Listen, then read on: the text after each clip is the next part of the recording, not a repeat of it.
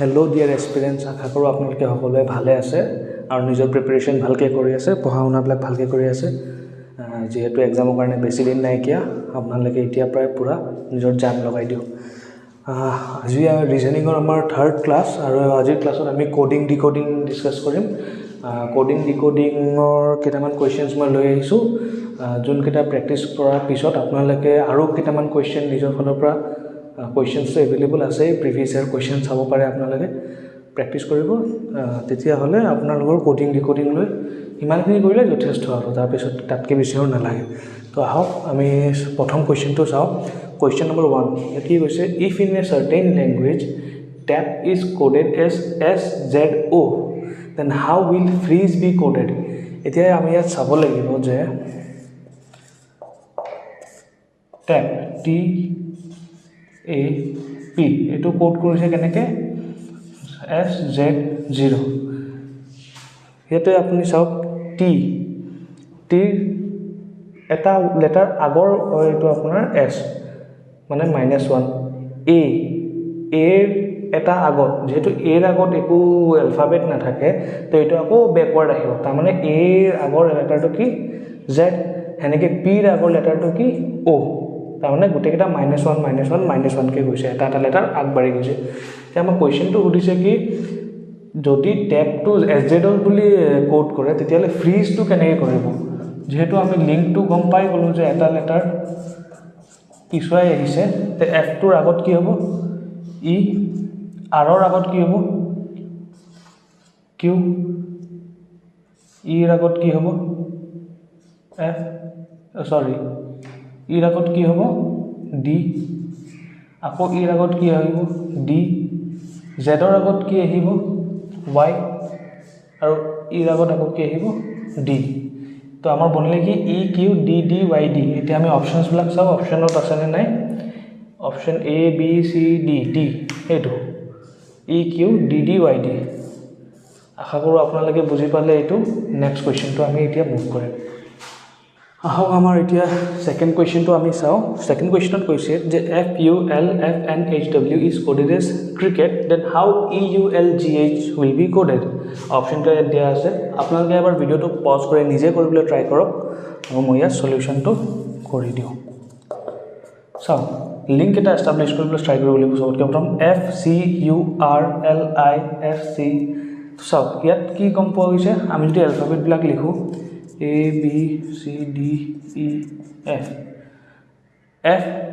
এফৰটো কি বুলি কৈ দিছে C, তাৰমানে দুটা লেটাৰ আগবাঢ়ি গৈছে ED, তাৰপিছত C আহিছে, তিনিটা লেটাৰ আগবাঢ়ি গৈছে -3।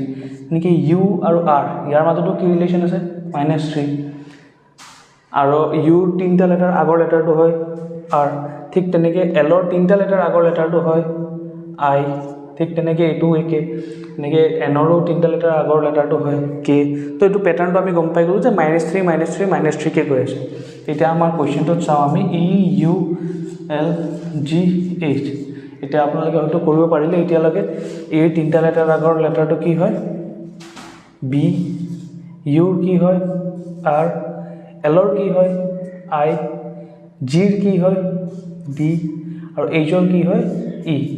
আশা কৰোঁ আপোনালোকে অপশ্যনটো গম পালে কি হয়, option number B is the correct answer. এতিয়া আমি আমাৰ নেক্সট কুৱেশ্যন নম্বৰ 3টো চাওঁ। Sister is coded as 535301, uncle is coded as এনেকুৱা, boy is coded as 129, how will son be coded।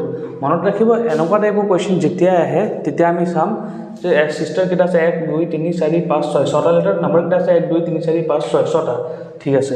এনেকৈ গোটেইকেইটা আমি চাই ল'ম, একে যেতিয়া নম্বৰ থাকিব এতিয়া ফাৰ্ষ্ট এপ্ৰ'চটো থাকিব আমাৰ এইটো SISTER। চিষ্টাৰৰ নম্বৰকেইটা কি বুলি দিয়া আছিলে 535301। আংকল UNCLE, আংকলটো কি বুলি দিয়া আছিলে 84670, আৰু বয় BOY, বয়টো কি বুলি আছিলে 129। আমাক সুধিছে কি how will sun be coded SON। এতিয়া চিম্পল আছে, আমি এছৰ কাৰণে জানো যে কি আছে 5 তেতিয়াহ'লে এছৰ কাৰণে কি আহিব 5 ঠিক তেনেকৈ অ ক'ত আছে ইয়াত অ কি আছে 2 অ কাৰণে ক'ত আহিলে 2 ঠিক তেনেকৈ এনৰ কাৰণে কি ক'ত আছে এনটো আপুনি চাওক 4 এনৰ ক'ত হ'ল 4 তো অপশ্যন 524 আছেনে হয় আছে অপশ্যন নম্বৰ এ 524 আশা কৰোঁ আপোনালোকে বুজি পাইছে এইটো কুৱেশ্যনটো Fourth question of this chapter.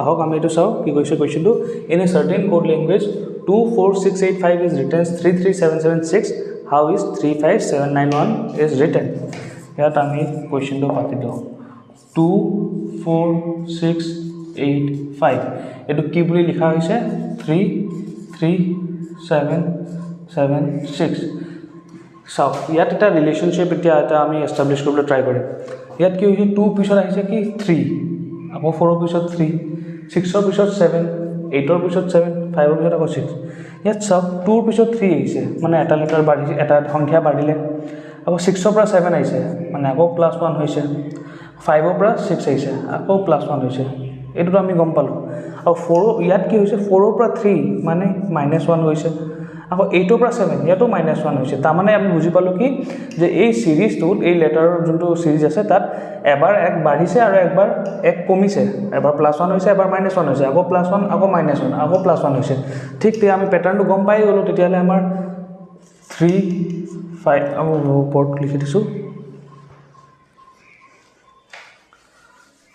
আমি প্যাটাৰ্নটো গম পালো তেতিয়ালে 3 5 7 9 1 কি হ'ব প্ৰথমটো +1 সেকেন্ডটো -1 আকৌ +1 আকৌ -1 আৰু +1 তেল 3 পিছত +1 4 5 পৰা 1 গল 4 7 পৰা 1 8 9 তাৰ পিছত নেক্সট নম্বৰটো কি আছিল 9 পৰা -1 8 1 পৰা +1 2 তে 44882 আমাৰ অপচনত আছে নে হয় আছে 44882 অপচন এ আশা কৰোঁ আপোনালোকে কোৱেশ্চনৰ কনসেপ্টটো বুজি পালে কোৱেশ্চনটো বুজি পালে আৰু এনেকুৱা ধৰণৰ কোৱেশ্চন এতিয়া আপোনালোকৰ এক্সামত আহিলে আশা কৰোঁ আপোনালোকে কৰিব পাৰিব আৰু কিবা যদি ডাউট থাকে কোডিং ৰিলেটেড বা মই এতিয়া যিখিনি কৰালো সেইখিনি কোৱেশ্চন ৰিলেটেড যদি কিবা ডাউট থাকে আপোনালোকে মোক কমেন্ট সেকশনত জনাব মই তাত ৰিপ্লাই দিবলৈ চেষ্টা কৰিম আৰু আশা কৰোঁ আপোনালোকে সকলো এতিয়া বাকি ভালকে পঢ়িব বেছি দিন নাই যেহেতু আৰু